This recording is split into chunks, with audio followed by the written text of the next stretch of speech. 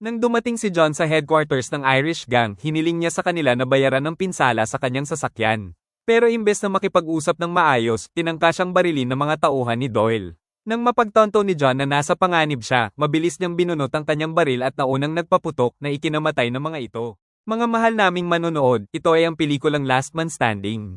Nagsisimula ang pelikulang ito sa pagpapakita ng Amerika noong panahon ng Prohibition, isang panahon kung kailan ilegal ang alak.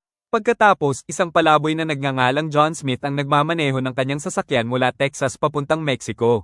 Sa kanyang mga iniisip, nalaman natin na si John ay palaging naglalakbay at hindi nagtatagal sa isang lugar. Sa pagkakataong ito, nagpasya siyang huminto sa isang maliit na bayan na tinatawag na Jericho, na humigit kumulang 50 kilometro mula sa hangganan ng Amerika at Mexico. Ang bayan ay kontrolado ng dalawang malalaking gang. Ang isa ay pinamumunuan ng isang Irish na gangster sa ilalim ni Doyle, at ang isa naman ay pinamumunuan ng mga Italian na gangster na pinangungunahan ni Fredo Strozzi. Nang dumating si John sa Jericho, nakita niya ang ilang miyembro ng gang na nakatambay sa gilid ng kalsada. Sa pagkakataong iyon, may isang nagbebenta pa ng kabaong na ngumiti sa kanya na medyo nakakatakot ang dating. Pero bago pa man makapasok si John sa Jericho, napasok na siya sa gulo sa grupo ni Doyle. Nangyari ito dahil aksidenteng napatingin si John sa isang babaeng nagngangalang Felina na kasintahan pala ni Doyle habang tumatawid ito sa kalsada. Dahil dito, nagalit ang gang at sinira nila ang sasakyan ni John kaya labis siyang nainis. Dahil sa frustration, pumunta si John sa opisina ng sheriff para i-report ang nangyari.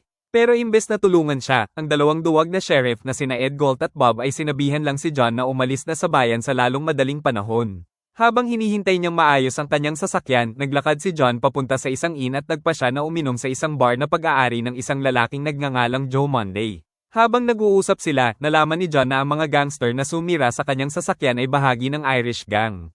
Ipinaliwanag ni Joe na ang Irish Gang at ang Italian Gang ay matagal nang magkaaway mula pa nang dumating ang dalawang grupo sa Jericho. Dahil sa kanilang walang tigil na labanan, maraming tao sa bayan ang nagpa siya ng lumipat sa mas ligtas na lugar. Matapos sabihin ni Joe kay John kung nasaan ang headquarters ng Irish Gang, bumalik si John sa kanyang silid at inihanda ang kanyang baril. Gusto niyang harapin ang mga tauhan ni Doyle na sumira sa kanyang sasakyan. Nang dumating si John sa headquarters ng Irish Gang, hiniling niya sa kanila na bayaran ng pinsala sa kanyang sasakyan. Pero imbes na makipag-usap ng maayos, tinangka siyang barilin ng mga tauhan ni Doyle. Nang mapagtanto ni John na nasa panganib siya, mabilis niyang binunot ang kanyang baril at naunang nagpaputok na ikinamatay ng mga ito. Mabilis na kumalat ang balita tungkol sa tagumpay ni John sa Bar Ilan. Nahanga si Strozzi, ang leader ng Italian Gang, sa galing ni John sa pagbaril. Lalo na dahil napatumba ni John ang mga tauhan ni Doyle, kabilang ang isa sa kanilang pinakamahusay na taga-baril na kasalukuyang nasa Mexico. Nagpa siya si Strozzi na makipagkita kay John at inalok siya ng trabaho sa Italian Gang. Ipinaliwanag niya na maaaring malapit na silang makipagdigma sa Irish Gang kapag bumalik na mula Mexico ang kanilang pinakamahusay na taga-baril. Kaya kailangan ni Strozzi ang husay ni John sa pakikipagbarilan. Nag-alok pa si Strozzi ng malaking halaga ng pera kay John. Dahil natukso sa alok, pumayag si John na sumali sa Italian Gang. Hindi nagtagal, inutusan ni Strozzi ang kanyang personal assistant at kasintahan na si Lucy Kilinsky na ihatid si John sa silid na inihanda para sa kanya. Kinagabihan, naghapunan si John kasama ang mga miyembro ng Italian Gang. Habang kumakain, ipinakilala ni Strozzi si John bilang kanilang pinakamahusay na taga-baril. Gayunpaman, hindi sang-ayon si Giorgio Carmonte, ang nakababatang pinsan at malapit na tagapayo ni Strozzi, sa desisyong kunin si John.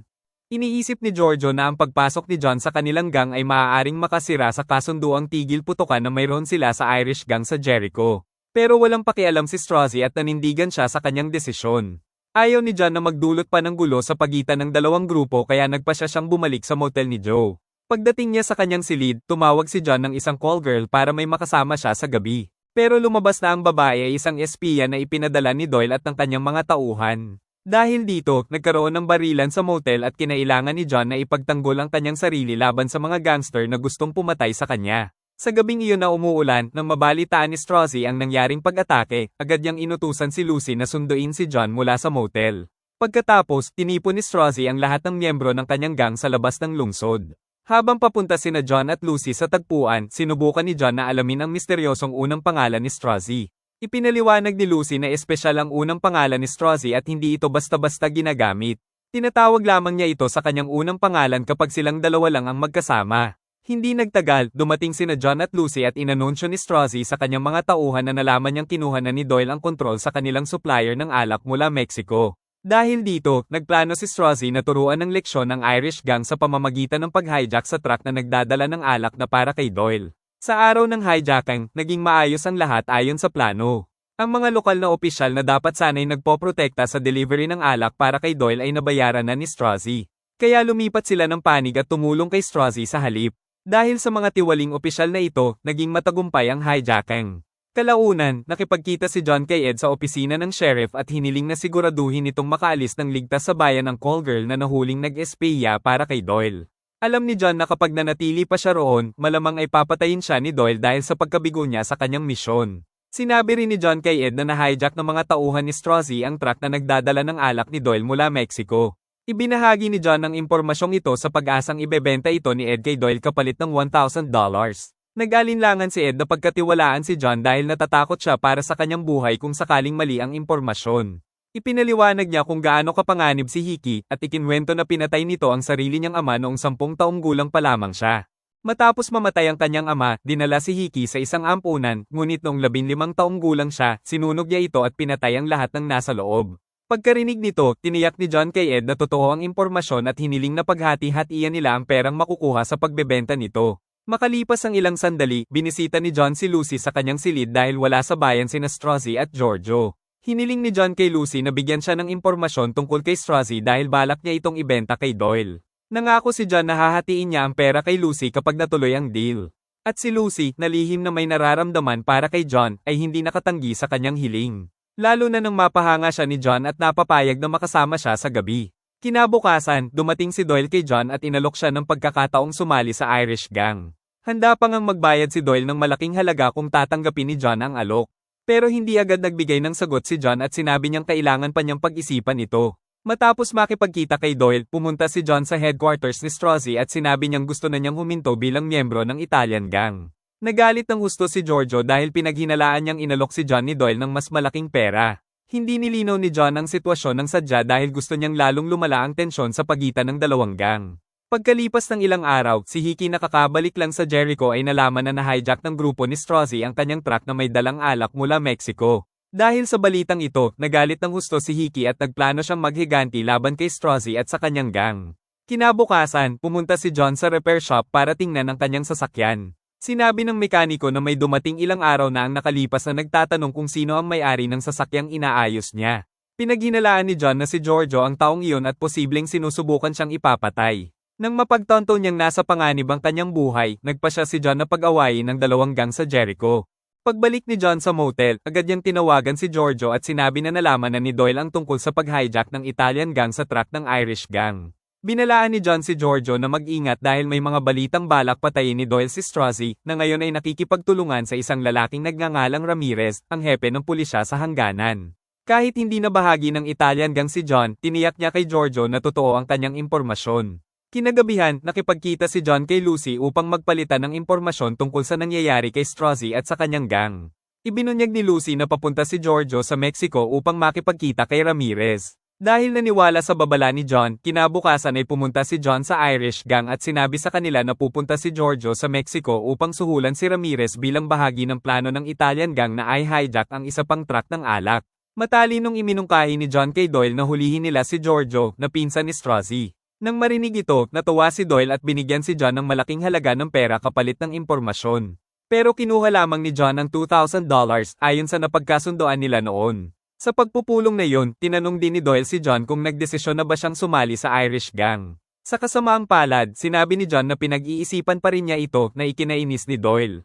Kalaunan, ipinadala ni Doyle si Hickey sa Mexico upang pigilan ang pagpupulong ni Giorgio at Ramirez. Pagdating ni Hickey sa bar kung saan nagkikita sina Giorgio at Ramirez, agad siyang nagbunot ng baril at pinaputukan ng mga tao sa loob, kabilang sina Ramirez. Napagtanto ni Giorgio na nasa panganib siya kaya nagpa siyang sumuko kaysa madamay sa putukan. Samantala, pumunta si John sa isang lumang simbahan sa liblib na bahagi ng Jericho, kung saan nakita niya si Felina na nagdarasal para sa kanyang yumaong anak. Ibinahagi ni Felina ang kanyang malungkot na kwento kay John.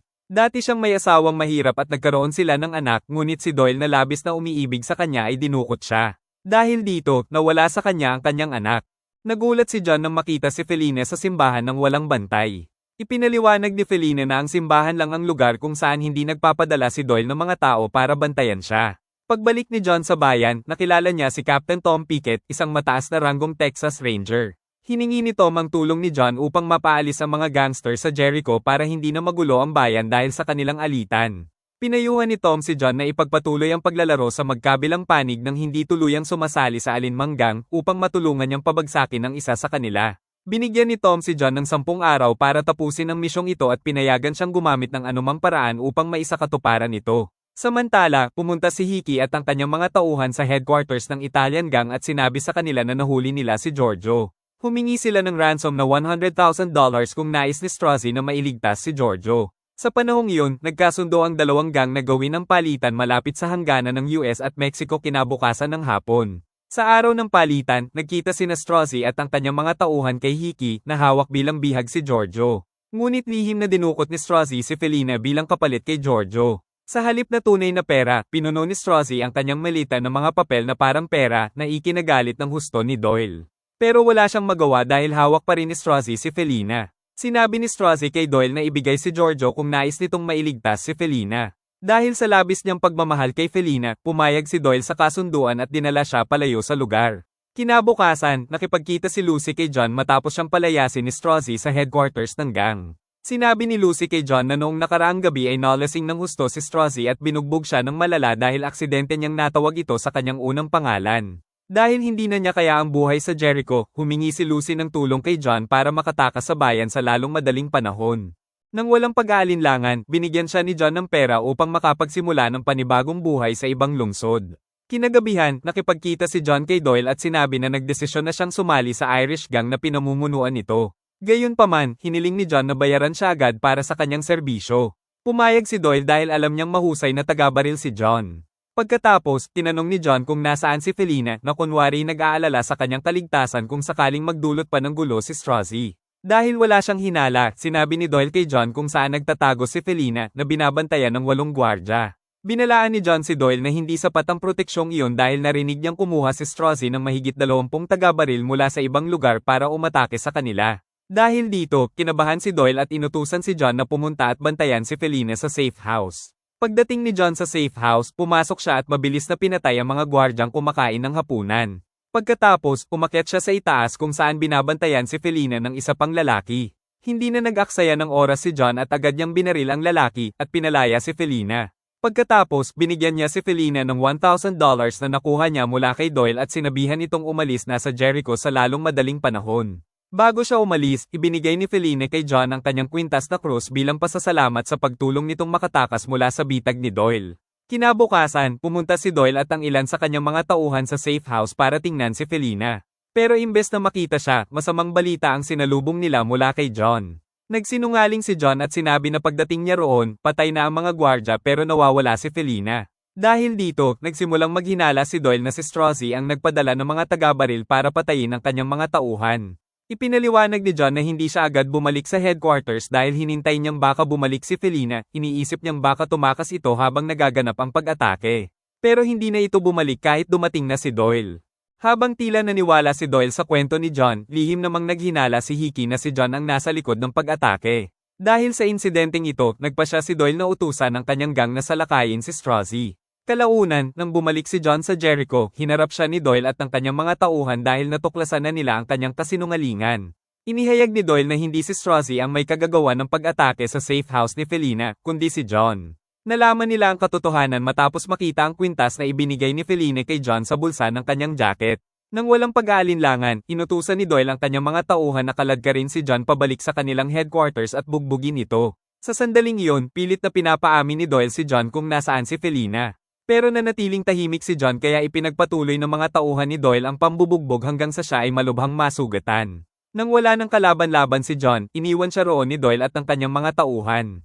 Kalaunan, nang balikan siya ng mga tauhan ni Doyle, laking gulat nila nang matuklasang nakatakas na siya mula sa silid kung saan siya ikinulong. Agad na inutusan ni Doyle ang kanyang mga tauhan na harangan ang lahat ng labasan ng lungsod upang mahuli si John kung sakaling subukan niyang tumakas. Hinahalughog din nila ang bar at motel ni Joe ngunit hindi nila siya matagpuan kahit saan. Dahil sa galit at takot, napilitan si Joe na sabihin na nakita niya si John sa casino na siyang headquarters ng gang ni Strozzi. Pagkaalis ng mga Irish gangster, agad na nakipagkita si Joe kay John na buong panahong nagtatago sa storage ng yelo ni Joe. Samantala, sinalakay ni Doyle at ang kanyang mga tauhan ang grupo ni Strozzi sa kasino at sinunog ang lugar, umaasang si John na inaakala nilang nagtatago roon ay mamamatay sa apoy.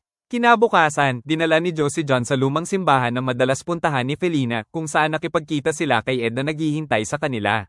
Makalipas ang ilang sandali, nagpasya sina Ed at Joe na bumalik sa Jericho upang hindi maghinala si Doyle. Sa kasamaang palad, nahuli ni Hickey si Joe at napagtantong nagsinungaling ito nang malaman niyang wala si John sa kasino. Di nagtagal, pinahirapan ni Hickey at ang kanyang mga tauhan si Joe upang pilitin itong sabihin kung nasaan si John, pero tumanggi itong magsalita. Samantala, si Ed na nakakita kay Hickey na inaresto si Joe ay agad itong iniulat kay John. Dahil sa utang na loob kay Joe sa pagtulong sa kanya, nagpasya si John na bumalik sa Jericho kahit hindi pa siya lubusang gumagaling. Pagdating ni John sa headquarters ni Doyle, agad siyang umatake sa mga tauhan nito upang iligtas si Joe.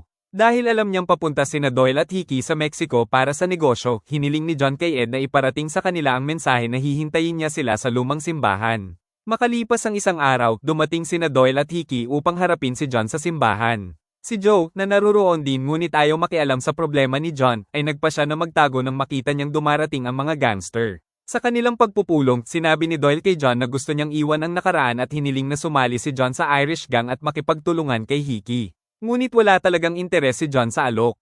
Biglang lumabas si Joe sa kanyang taguan at binaril si Doyle. Sa kaguluhan, mabilis na tinapos ni John ang trabaho sa pamamagitan ng pagbaril kay Doyle hanggang sa mamatay ito. Nang makita ni Hickey na patay na ang kanyang amo, sinabi niya kay John na ayaw niyang mamatay sa Texas at hinamon siyang makipagduel sa Chicago balang araw.